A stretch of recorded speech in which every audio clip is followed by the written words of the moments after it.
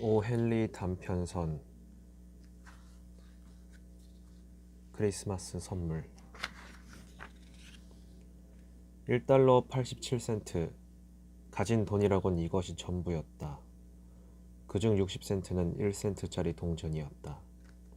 야채를 사거나 정육점에서 고기를 살 때 한 푼이라도 깎으려고 실랑이를 해서 모은 돈이었다. 델러는 다시 한번 세어보았다. 틀림없는 1달러 87센트였다. 내일은 크리스마스. 거리마다 캐럴이 울려 퍼지고 선물 상자를 든 사람들로 넘쳐났다. 델러는 초라한 침대에 몸을 던져 소리내어 울었다. 행복한 크리스마스를 손꼽아 기다렸건만 쓸쓸하고 슬픈 크리스마스가 될 게 뻔하기 때문이었다. 실컷 운 델러는 새삼스레 방 안을 둘러보았다. 몹시 낡았고 형편없었다. 일주일에 8달러짜리 아파트이니 그럴 수밖에 없었다. 아래층에는 언제나 텅 빈 우편함과 한 번도 울린 적 없는 초인종이 달려 있었고 그 옆에는 제임스 딜링햄 영이라는 문패가 붙어 있었다. 델러에게 그 이름은 사랑스러운 이름이었으나 문패에는 먼지가 쌓여가고 있었다. 제임스 딜링햄 영이 일주일에 30달러를 벌어들일 때는 문패도 제법 그럴듯해 보였다. 그러나 수입이 20달러로 줄어든 요즘 문패의 글자는 왠지 초라하고 희미하게 보이는 듯했다. 주당 20달러든 30달러든 언제나 문패의 이름은 자랑스럽게 부르는 사람은 델러뿐이었다. 제임스 딜링햄 영이 집에 돌아올 때면 언제나 짐 하고 그의 애칭을 부르며 달려나가는 델러. 그럴 때면 이 보잘것없는 집이 환하게 밝아지는 느낌이었다. 내일은 크리스마스. 짐에게 선물을 사주기 위해 몇 달 동안 절약해 모은 돈이 겨우 1달러 87센트 뿐이라니. 짐이 30달러를 벌 때는 얼마간이라도 돈을 모을 수 있었지만 수입이 20달러로 줄어든 후로는 도저히 어찌해 볼 도리가 없었다. 2달러도 안 되는 돈으로 무엇을 살 수 있을지 막막했다. 델러는 짐에게 어떤 선물을 하면 좋을지 이것저것 생각해왔다. 그런 생각을 하는 동안은 더없이 행복하고 즐거웠다. 훌륭하고 귀할 뿐 아니라 진정한 가치가 있는 것, 적어도 짐이 지닐 만한 가치가 있는 것, 그런 것을 이번 크리스마스에 선물해서 짐이 놀라고 기뻐하는 모습을 꼭 보고 싶었다. 델러는 창과 창 사이에 있는 아주 좁다란 거울에 자신을 비춰보았다. 뚱뚱한 사람이라면 모르지만 델러처럼 마르고 호리호리한 사람은 그런 좁은 거울에도 전신을 비춰볼 수 있었다. 델러는 거울에 비친 자신의 모습을 물끄러미 바라보다 무슨 생각이 떠올랐는지 갑자기 창가에서 물러섰다. 그녀의 얼굴은 금세 창백해졌다. 그러고는 갑자기 머리를 풀어헤쳐 머리카락을 길게 늘어뜨렸다. 델러의 머리카락은 갈색 불꽃처럼 은은하게 타오르는 불빛 같았다. 제임스 딜링햄 영 부부에게는 이들이 아주 소중하게 또 자랑으로 여기는 두 가지가 있었다. 하나는 할아버지가 아버지에게, 아버지가 짐에게 물려준 짐의 금시계이고 다른 하나는 델러의 아름답고 긴 갈색 머리카락이었다. 델러의 머리카락은 시바의 여왕이라도 부러워했을 만큼 탐스럽고 눈부셨다. 또 솔로몬 왕이 아무리 재화와 보물을 많이 가지고 있다 해도 짐의 고상한 금시계와는 비교가 되지 않았을 것이다. 길게 늘어뜨린 머리카락 사이로 언뜻 보이는 델러의 얼굴은 핏기 하나 없이 눈물이 흐르고 있었다. 델러는 재빨리 머리를 따아 올렸다. 낡은 갈색 재킷을 걸치고 낡은 갈색 모자로 아름다운 머리카락을 가렸다. 그러고는 계단을 뛰어내려갔다. 델러가 멈춰선 곳은 마담 소프로니 가발 일체 라는 간판이 걸린 가발 가게였다. 마담 소프로니는 몸집이 크고 얼굴이 지나치게 창백한 인상이 매우 차가운 여자였다. 소프론이라는 우아한 이름과는 전혀 어울리지 않는 사람이었다. 무슨 일로 왔나요? 마담 소프로니가 쌀쌀맞게 물었다. 저 머리카락을 팔러 왔어요. 델러가 쭈뼛거리며 대답했다. 그럼 모자를 벗고 보여주셔야죠. 델러가 모자를 벗고 머리를 풀자 갈색 불꽃이 타오르는 듯한 아름다운 머리카락이 출렁였다. 마담 소프로니는 머리카락을 유심히 바라보았다. 20달러를 드리지요. 길게 늘어뜨린 머리카락을 익숙한 솜씨로 말아 올리며 마담이 말했다. 잠시 후 20달러를 손에 쥐고 밖으로 나온 텔러는 이 가게 저 가게를 기웃거렸다. 이제는 짐에게 선물을 할 수 있게 된 것이다. 가게의 물건들을 바라보는 델러의 눈빛은 기대에 차 있었고 얼굴은 무척 밝아 보였다. 마침내 델러는 찾아냈다. 어느 가게에서도 볼 수 없었던 것. 짐에게 딱 어울릴 것 같은 그것은 디자인이 산뜻하고 고상한 백금 시계줄이었다. 번쩍번쩍 화려하게 빛나지 않으면서도 자신의 품격을 은은하게 드러내는 것.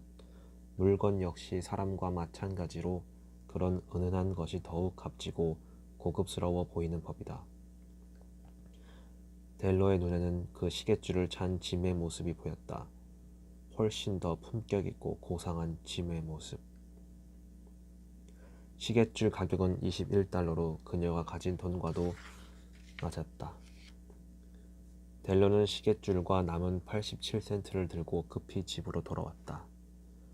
짐이 가진 고상한 시계에 이 시계줄을 달면 짐은 어디에서건 시계를 꺼내 자랑스럽게 볼 수 있을 거야.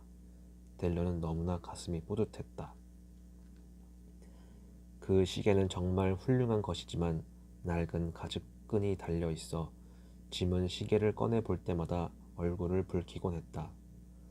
사실을 알고 있는 델러는 짐이 이 시계줄을 보며 너무나 기뻐할 모습을 떠올리니 가슴이 벅차올랐다. 집에 도착하자 델러는 흥분을 가라앉히고 차근차근 짐을 맞을 준비를 했다. 먼저 그녀는 머리에 썼던 갈색 모자를 벗었다. 그러자 짧은 머리가 드러났다. 그녀는 가스에 불을 붙이고 고데를 달고 머리를 매만지기 시작했다.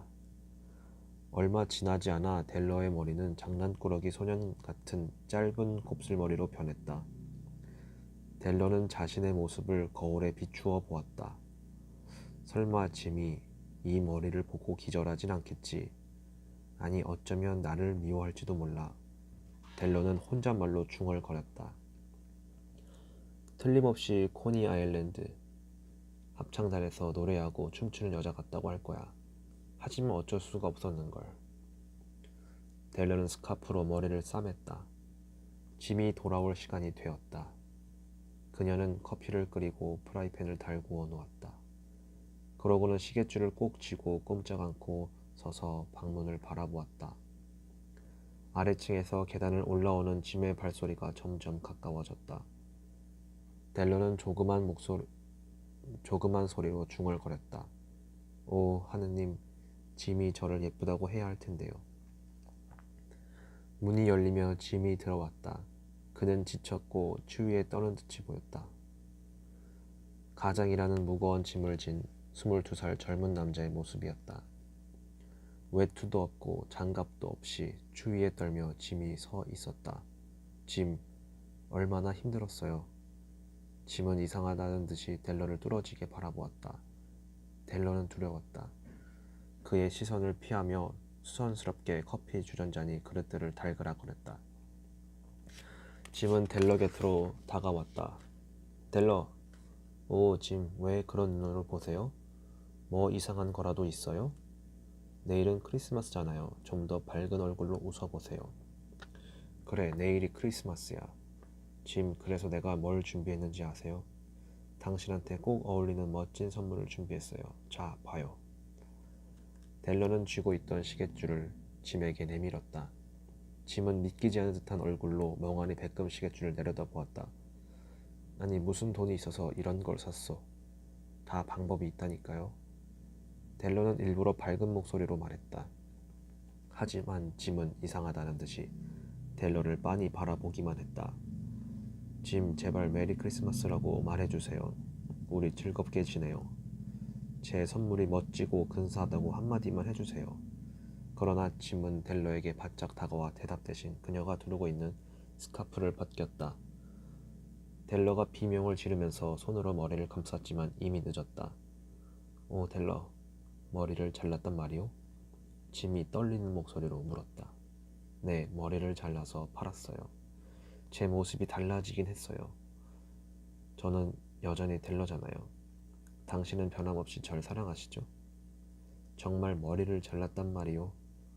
짐은 방 안을 둘러보며 또 한 번 물었다. 팔아버렸어요. 찾아볼 필요도 없어요. 오늘 밤은 크리스마스 이브예요. 부디 저한테 다정하게 말해주세요. 당신에게 선물도 안 하고 크리스마스를 그냥 보낼 수가 없었어요. 머리가 너무 길어서 거추장스럽기도 했고요. 머리는 또 기르면 되잖아요. 내 머리는 잘 자라니까요. 그러니까. 델러가 말을 다 마치기도 전에 짐이 그녀를 꼭 껴안았다. 여기서 잠깐만 다른 문제를 검토하고 넘어가자. 일주일에 8달러와 1년에 100만 달러는 어떤 차이가 있는 걸까? 일주일에 20달러의 급료와 수백 달러의 급료는 또 어떤 차이가 있는 걸까? 수학자나 현자에게 물어도 이 문제에 대한 답은 제대로 못할 것이다. 갓 태어난 예수에게 값진 선물을 가져온 동방 박사들도 이 질문에는 올바르게 대답하지 못할 것이다. 짐은 델러를 꼭 껴안고 부드러운 목소리로 말했다. 오해하지 마세요, 델러. 당신이 머리를 잘랐다고 당신을 사랑하지 않거나 하는 일은 있을 수 없소. 하지만 이걸 보면 내가 왜 당황했는지 이해할 거요. 짐은 주머니에서 조그만 꾸러미를 꺼내 델러에게 건넸다. 델러는 재빨리 포장지를 풀었다. 짐의 선물을 본 델러는 탄성을 질렀다. 그것은 머리핀 세트였다. 델러가 오래전부터 갖고 싶어하던 머리핀으로 가장자리에 보석이 박힌 고급스러운 것이었다. 긴 갈색 머리에 꽂으면 딱 어울릴 만한 것이었지만 너무 비싸서 살 엄두도 내지 못하던 머리핀이었다. 델러는 기쁨의 눈물을 흘렸다. 자신을 생각해주는 짐의 마음을 느꼈기 때문이다. 고마워요, 짐. 내 머리는 빨리 자라니까 곧 머리핀을 꽂을 수 있을 거예요. 델러는 갑자기 생각난 듯 소리쳤다. 아, 참 그렇지. 델러는 시계줄을 다시 내밀었다. 시계에 이걸 달아보세요. 이제는 하루에 수백 번이라도 자신있게 꺼내볼 수 있을 거예요. 시계를 어서 주워보세요. 얼마나 잘 어울리는지 보고 싶어요. 그러자 짐은 유쾌한 웃음을 터뜨리며 말했다. 우리 당분간 크리스마스 선물을 잘 간직하도록 합시다. 사실은 당신 핀을 사기 위해 그 시계를 팔았거든. 그래도 올 크리스마스가 최고로 행복한 것 같소. 그렇지 않소? 크리스마스 때 선물을 주고받는 행위는 동방 박사가 예수에게 선물을 가져다 준 것에서 시작됐다. 동방 박사들은 현명한 사람들이었기 때문에 필요에 따라 다른 것과 바꿀 수 있는 선물을 했다. 그러나 내가 이 책에 소개한 두 젊은이는 자신들의 가장 값진 것을 희생해서 서로에게 필요하지 않은 선물을 하게 되었다. 하지만 이 두 사람은 그 어떤 선물보다 가장 훌륭한 선물을 한 것이다. 그들은 서로에게 사랑을 주었으니 말이다. 그들이야말로 동방 박사인 것이다.